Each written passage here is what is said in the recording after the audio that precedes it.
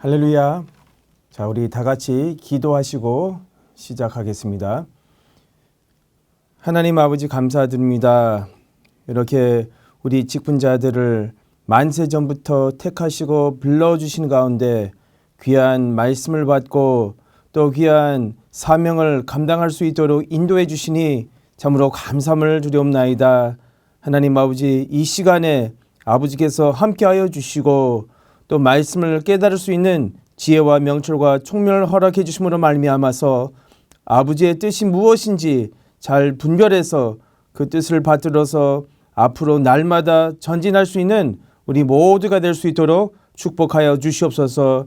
특별히 각 교구와 또 각 구역과 날마다 부흥할 수 있도록 인도하여 주시고, 특별히 수련회 기간 동안 아버지께서 예비하신 그 때에 맞는 은혜를 다 몽땅 받을 수 있도록 축복하여 주시옵소서.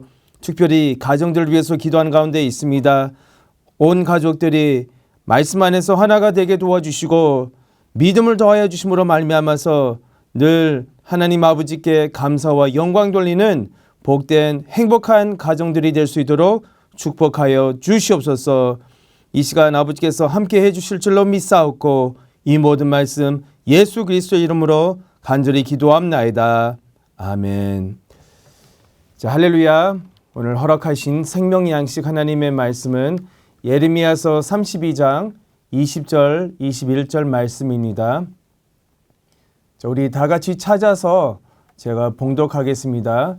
예레미야서 32장 20절 21절 말씀입니다.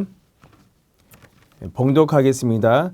주께서 애굽 땅에서 징조와 기사로 행하셨고 오늘까지도 이스라엘과 외인 중에 그같이 행하사 주의 이름을 오늘과 같이 되게 하셨나이다.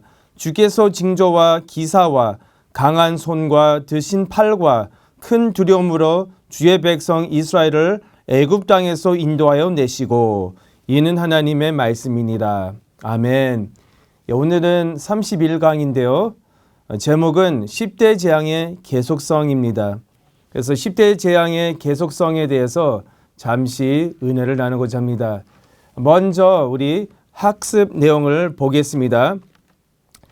학습 내용을 보실 때 많은 사람들이 애굽에 내린 10대 재앙이 오늘날 우리와는 아무 관련이 없는 줄로 생각합니다.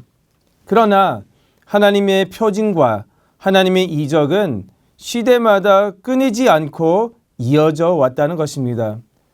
지금도 언약 백성을 애굽과 같은 이 세상에서 신령한 약속의 땅 가나안으로 이끌어가기 위해 악의 무리를 멸하고 자기 백성을 구원으로 인도해 주시는 하나님의 표징과 하나님의 이적은 계속해서 나타나고 있습니다. 자, 그렇다면은 우리 큰 첫 번째 대지로 표적과 감개로서의 10대 재앙에 대해서 살펴보겠습니다. 자, 책을 보시면서 성경에서는 10대 재앙을 설명할 때 히브리어 오투와 모페트라는 두 단어를 사용하고 있습니다. 특별히 출애굽기 7장 3절 말씀을 참조해 주시기 바랍니다. 신명기 28장 46절에서는 표적과 감개로 번역하고 있습니다. 자, 우리 성경을 찾아보겠습니다. 신명기 28장 46절 말씀 찾아보시고 제가 봉독하겠습니다. 이 모든 저주가 너와 내 자손에게 영원히 있어서 표적과 감개가 되리라 라고 신명기 28장 46절에 말씀해 주고 있습니다. 자, 여기 감개 한자로 볼 때 거울감, 경계할 개입니다. 그래서 감개는 지난 잘못을 거울 삼아 다시는 그런 잘못을 되풀이하지 않도록 하는 경계 또는 본받을 만한 훈계라는 뜻을 가지고 있습니다. 10대 재앙은 단순히 과거에 일어났던 한때의 일시적 사건으로 끝난 것이 아니라 역사 속에서 계속해서 감개의 역할을 했다는 것입니다. 그리고 10대 재앙을 통해서 애굽을 심판하신 하나님께서는 앞으로도 세상 종말까지 계속적으로 10대 재앙 같은 심판을 행하실 것이라고 우리가 성경을 통해서 알 수 있습니다. 자, 우리 두 구절을 우리 찾겠습니다. 미가서 7장 15절, 또 오늘 본문 말씀 예레미야서 32장 20절 21절 말씀.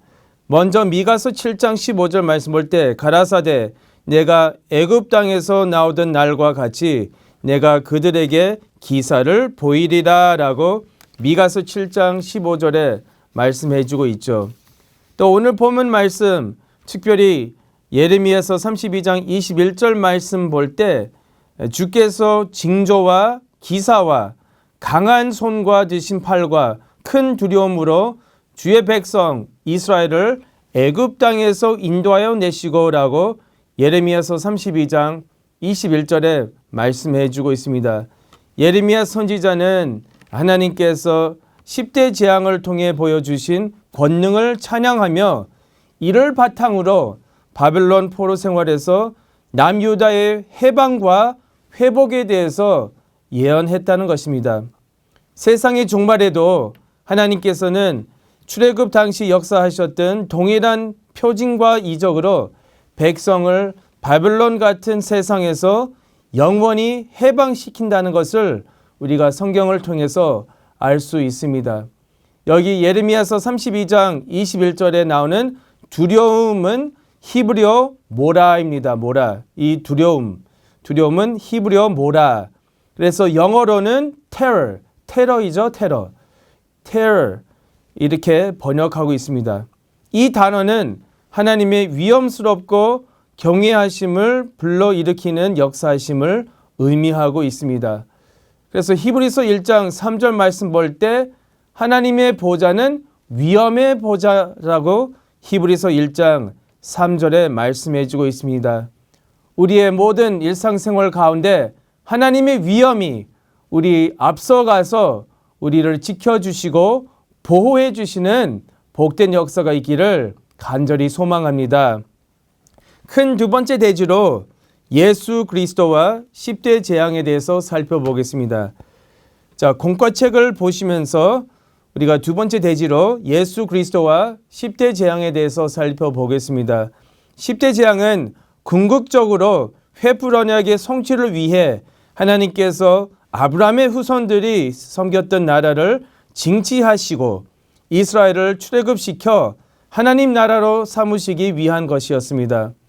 그래서 창세기 15장 14절 말씀 볼 때 횃불 언약의 내용에 대해서 설명하고 있는데 14절 말씀 볼 때 그 섬기는 나라를 내가 징치할지며 그 후에 내 자손이 큰 재물을 이끌고 나오리라 라고 약속하고 있죠. 모세는 예수님의 사역을 예표하는 선지자임을 우리가 성경을 통해서 알 수 있는데 신명기 18장 15절, 18절 또 사도행전 3장 22절을 통해서 이 진리를 우리에게 증거하고 있습니다. 모세가 10대 재앙을 통해 바로에게서 이스라엘을 구원해내는 모습은 사단으로부터 하나님의 백성을 구원하시는 예수님을 우리에게 보여주고 있다는 것입니다. 그래서 모세는 예수님을 예표하고 있다는 것을 우리가 알 수 있습니다. 작은 첫째로 이적을 행하신 예수 그리스도에 대해서 살펴보겠습니다. 이적을 행하신 예수 그리스도. 출애굽 과정에 나타난 오투와 모페트는 신약 성경에서 예수님의 이적을 나타내는 단어와 같은 의미를 가지고 있습니다. 구약 성경의 히브리어 오투에 해당하는 신약 성경의 영어는 헬라어 세메이온입니다. 세메이온. 이런 헬라어 단어를 사용하고 있습니다. 그래서 여기 세메이온은 예수님의 신적 권위, 이 신적 권위의 한 징표로 사용되었는데 복음서에 48번, 사도행전에 13번, 바울서신에 8번, 또 히브리서에 1번, 요한계시록에 7번 등 신약 성경에 77번이 기록되어 있습니다. 세메이온은 주로 예수님의 이적을 나타낼 때 많이 사용되어 있습니다. 또 구약 성경의 히브리어 모페트는 신약 성경의 헬라어 테라스와 같은 의미입니다. 테라스. 그래서 이 테라스는 기적을 가리키는데 놀랍고 불가시한 사건을 말하며 신약 성경에 16번 사용되고 있습니다. 예수님께서는 이 땅에서 수많은 이적을 행하셨다고 요한복음 7장 31절 또 요한복음 21장 25절에 우리에게 증거하고 있습니다. 그 이적들은 주로 치유와 축사, 이 축사로 나타났습니다. 예수님의 치유와 축사는 궁극적으로 사단과의 싸움이었으며 그의 이적 행하심은 악한 세력을 멸하기 위한 것이었습니다. 참고로 마태복음 17장 18절, 또 마가복음 1장 25절 26절, 7장 29절 30절, 33절부터 35절, 누가복음 4장 35절, 11장 14절 말씀입니다. 또 특별히 요한일서 3장 8절에서는 하나님의 아들이 나타나신 것은 마귀의 일을 멸하려 하심이니라 라고 말씀하고 있습니다. 더 나아가 예수님의 모든 이적들은 하나님의 나라와 관련하여 말씀하시는 것을 볼 수 있습니다. 예수님의 이런 많은 이적들은 우리들에게 예수님의 신적 본질을 깨닫게 합니다. 성경에 나타난 많은 이적들을 통하여 예수님께서 하나님이심을 확신하며 하나님 나라의 완성에 대한 소망을 가져야 한다는 것입니다.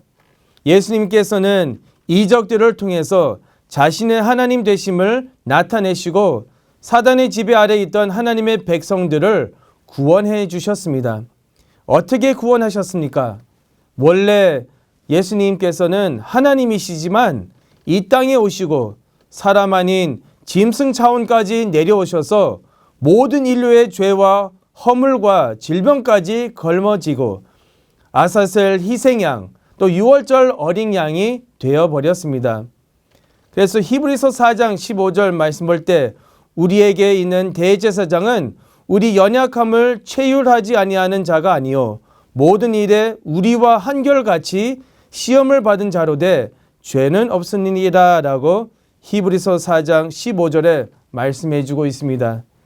여기 연약함 헬라어 아스데네이아로 사람이 가지고 있는 모든 종류의 불완전함으로써 가난, 배고픔, 병듦, 육체적, 정신적 고통 등을 가리킵니다. 최휼은 몸체, 구제할 휼, 직접 모든 고통을 직접 아시고 이해하시고 구원해 주시는 뜻을 가지고 있습니다. 그러므로 예수님께서는 친히 많은 사람의 대속물이 되었고 부활하심으로 사망까지 이기고 사망하셨다고 성경은 우리에게 말씀해 주고 있습니다. 작은 두 번째로 여호와의 밤과 예수 그리스도에 대해서 살펴보겠습니다. 여호와의 밤과 예수 그리스도. 바로의 간팍함을 종식시킨 최후의 재앙은 장자재앙이었습니다. 장자재앙. 이 재앙은 밤중에 일어났다고 출애굽기 12장 29절에 말씀해 주고 있습니다. 이 밤은 출애굽기 12장 42절을 보면 여호와의 밤으로 불렀으며 하나님께서는 이 밤을 여호와 앞에 대대로 지키라고 명령하셨다는 것을 우리가 알 수 있는 것입니다. 이 밤은 바로와 애굽 백성에게는 심판의 밤이었지만 이스라엘 백성에게는 해방과 구원의 밤이었습니다. 예수님께서는 영적으로 밤같이 캄캄한 세상의 빛으로 오셨지만 이스라엘 백성은 예수님을 영접하지 않았다고 요한복음 1장 9절부터 11절에 말씀해 주고 있습니다. 특별히 요한복음 1장 5절에서 빛이 어둠에 비추되 어둠이 깨닫지 못하더라 라고 말씀하고 있습니다. 자, 이제 재림하시는 주님도 캄캄한 밤 중에 오실 겁니다. 그래서 마태복음 25장 6절 말씀 우리 다 같이 찾고 제가 봉독하겠습니다. 마태복음 25장 6절 말씀. 자, 제가 봉독하겠습니다. 밤중에 소리가 나되 보라 신랑이로다 맞으러 나오라 하매. 이렇게 마태복음 25장 6절에 말씀해 주고 있습니다.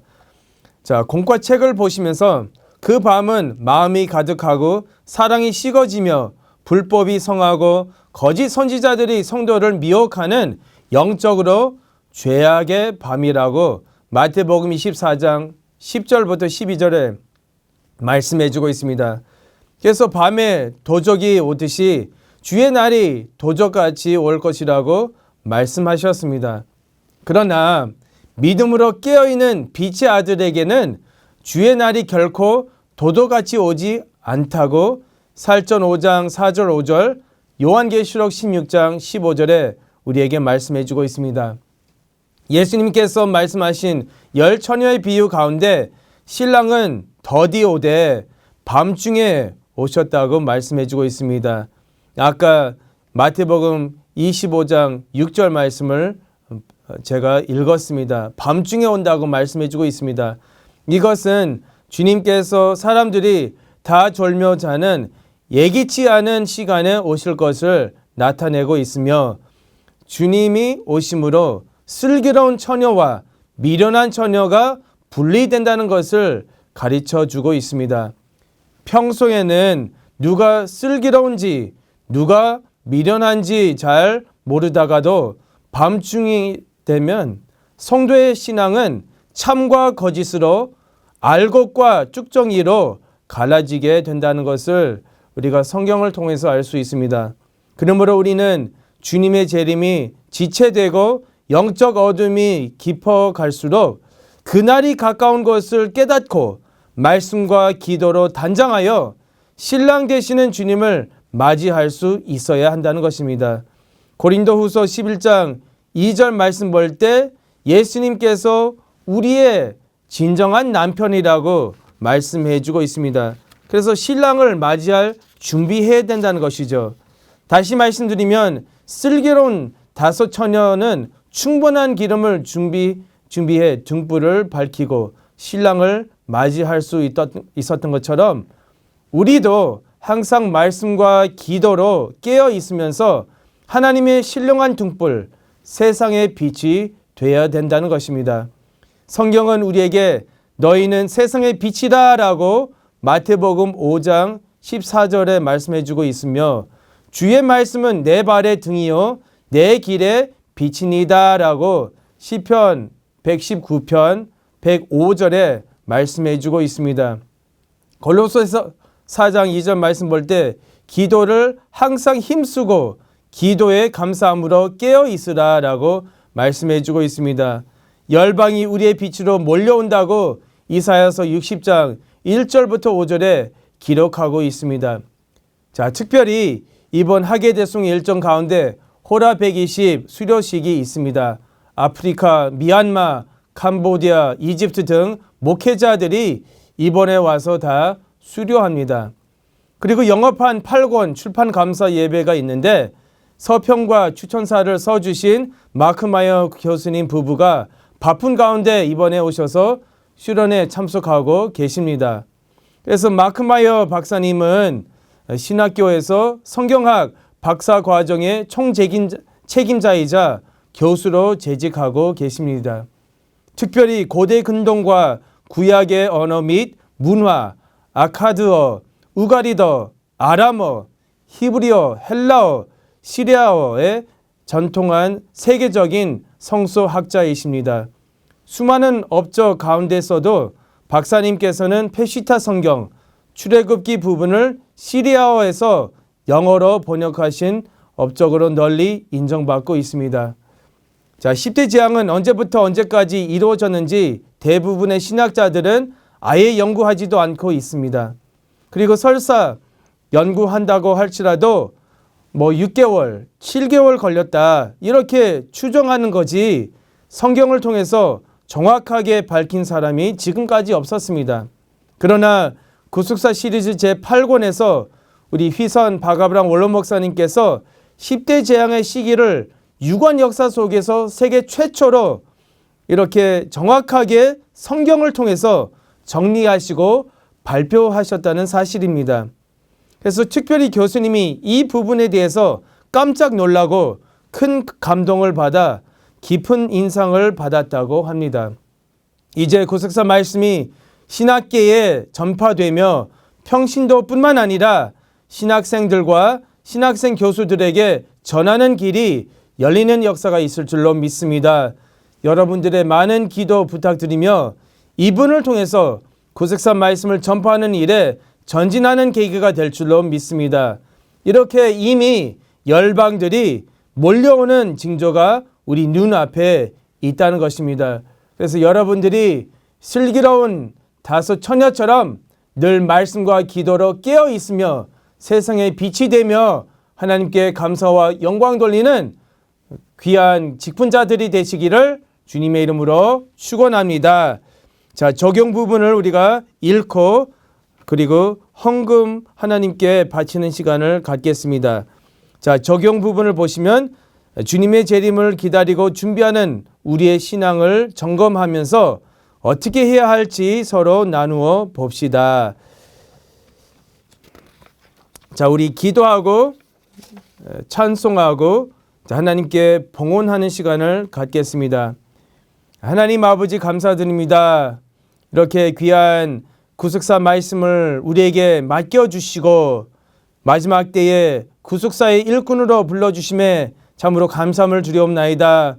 오늘 주신 말씀처럼 아버지의 뜻을 밝히 깨달을 수 있도록 인도하여 주시고 아버지의 구속사의 말씀을 가지고 세상에 빛이 될 수 있는 우리 모두가 될 수 있도록 축복하여 주시옵소서.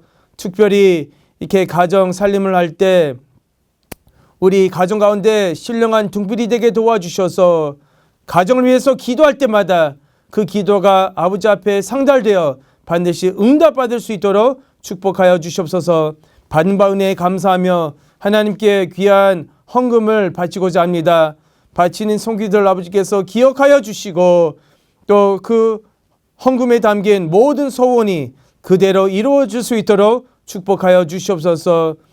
이 헌금이 쓰인 곳마다 아버지 영광만이 나타나게 도와주시고 구속사의 지경이 날마다 넓어지는 부흥의 역사가 일어날 수 있도록 축복하여 주시옵소서. 될 줄로 믿사옵고 이 모든 말씀 예수 그리스도 이름으로 간절히 기도함나이다. 아멘. 자, 우리 찬송가 163장 1절만 하고 제 광고 말씀을 드리겠습니다. 찬송가 163장 1절만 하시고 헌금 봉헌하는 시간을 갖겠습니다. 언제 주님 다시 오실는지 아는 이가 없으니 등 밝히고 너는 깨어 있어 주를 반겨 맞아라. 주 안에서 우리 몸과 마음이 깨끗하게 되어서 주 예수님 다시 오실 때에 모두 기쁨으로 맞아라. 아멘. 자, 여선교회 구역장 공과 광고 말씀을 드리도록 하겠습니다.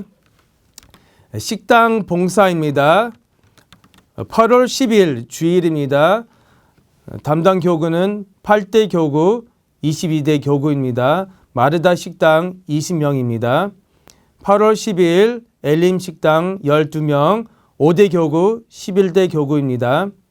8월 11일 주일날 엘림 식당 10명, 12대 교구, 13대 교구입니다.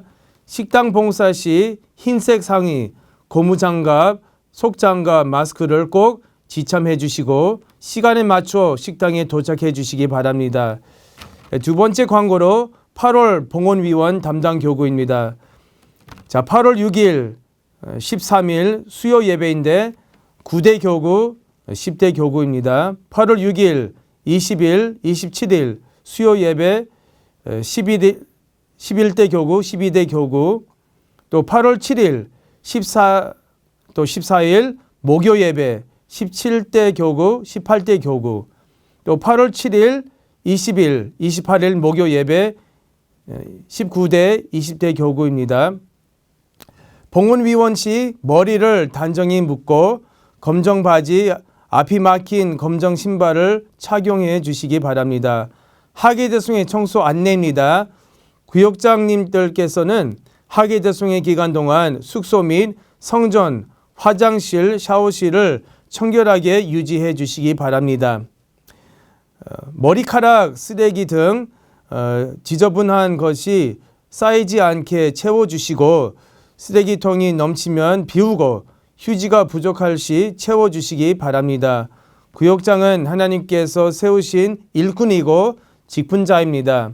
뜨거운 마음으로 솔선수범하여 해외 손님들과 성도님들께 큰 은혜를 끼치는 하계대송회가 될 수 있도록 협조 부탁드립니다.